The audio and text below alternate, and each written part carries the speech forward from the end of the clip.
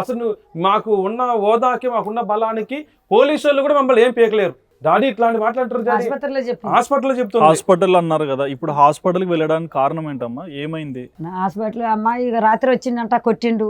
కొట్టినాక కన్ను మీద ఒక రోజు గుద్దిడంట, మూతి మీద ఒక రోజు, కాళ్ళ ఇవన్నీ దెబ్బలే. ఇవన్నీ అవే కదా ప్రూఫ్స్.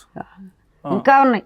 అంత దెబ్బ తగలకుండా సాధిన అమ్మాయిని అన్ని తుక్కు దెబ్బలంట. కొట్టినాక అరే అక్క చెల్లెలు వచ్చిరంట, అరే ఇది ఉంటే మాత్రం మన మేనత్త పిల్లని చేసుకోలేవు, ఇటు ఇంకొక అమ్మమ్మ మనవరాలు చేసుకోలేవు, దీన్ని చంపమని చెప్పినట్టు. ఇందాక చెప్తే కదా బోడిగుండు చేయాలి, తర్వాత మూత్రం పోసి బోడిగుండు చేయాలంట అత్త. మామేమో ఎంటికలు కోస్తానని, మొగుడేమో బోడిగుండు చేస్తానని ఇన్ని చిత్రహింసలు పెడుతుంటే ఇక తెచ్చిందంట మాత్రలు ఒలిచి వాడు అక్క చెల్లెండ్లు, వాడు ఇంకొక గుడ్డివాడు ఉంటాడు ఒకడు, వాడు మామ. చెప్పండి. వాళ్ళందరూ కలిసి ఆ మాత్రలు ఒలిచి ఇట్లా దవలు బేడం పెట్టి ఆ మాత్రలు వేసి నీళ్ళు పోసిరంట గొంతులో.